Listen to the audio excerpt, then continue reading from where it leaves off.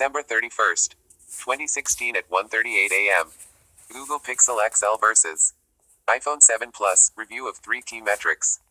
How does the Google Pixel XL stack up against the Apple iPhone 7 Plus on 3 main metrics? Read on. Note that this is not a comprehensive review of all the features on both phones. I will do a comprehensive long-term review later. And for the record, iPhone fans, please note, I think both phones are excellent and are two of the best smartphones on the planet. Intelligent Personal Assistant, Google Personal Assistant versus Siri. The Google Pixel is the first Android phone to use Google Assistant. But Siri continues to get better too. Overall, I found the Pixel XL better at answering the kinds of questions I ask. For example, when I asked what a popular aria in the opera Carmen is, Google provided a concise, informative answer about habanera. Siri simply generated a bunch of search results. And when I asked what the pure electric battery range of the Chevrolet Volt is, Google provided the pertinent data, while Siri generated only links about the Volt. And Google Assistant was better at answering questions about differences between competing technologies, e.g., OLED versus LCD.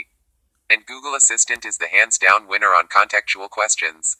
Which means you can ask follow-up questions: who is the Prime Minister of Israel? And how old is he? And who is his wife? Quote closing parenthesis dot.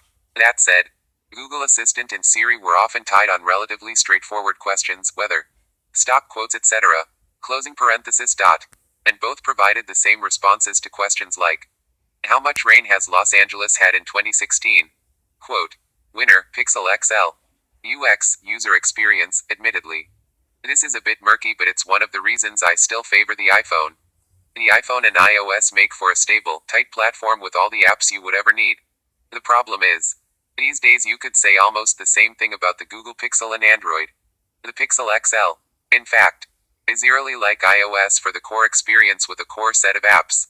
But here's what tips the balance in favor of the iPhone for me: that stability, tightness, and depth of apps extends to ancillary devices like the Apple Watch. That said, I think I'm one of a very small minority of reviewers who believes the Apple Watch is indispensable. I wear it all of the time. So, the iPhone 7 Plus combined with the Apple Watch 2 is a keeper. It makes it very hard to separate myself from the iPhone, iOS for a long period of time. And it's what keeps me a loyal iPhone user. Winner, iPhone 7 Plus. Camera, I've been taking lots of photos with both phones over the past few weeks and it's not an easy call. But I've also had input from a long-time amateur photographer, whose advice I'm leaning heavily on. The preponderance of professional reviews I've read favor the Google Pixel. Digital photography review cites the Pixel XL's excellent HDR plus mode, the image detail, and fast, accurate AF, among other things. And the photographer I've been consulting with has said more or less the same thing in blind tests. See below for the additional photos I took. That said, I would be perfectly happy with either camera, speaking strictly for myself. Winner, Pixel XL. Contrary to my initial impressions of the two cameras, I initially favored the iPhone 7 Plus.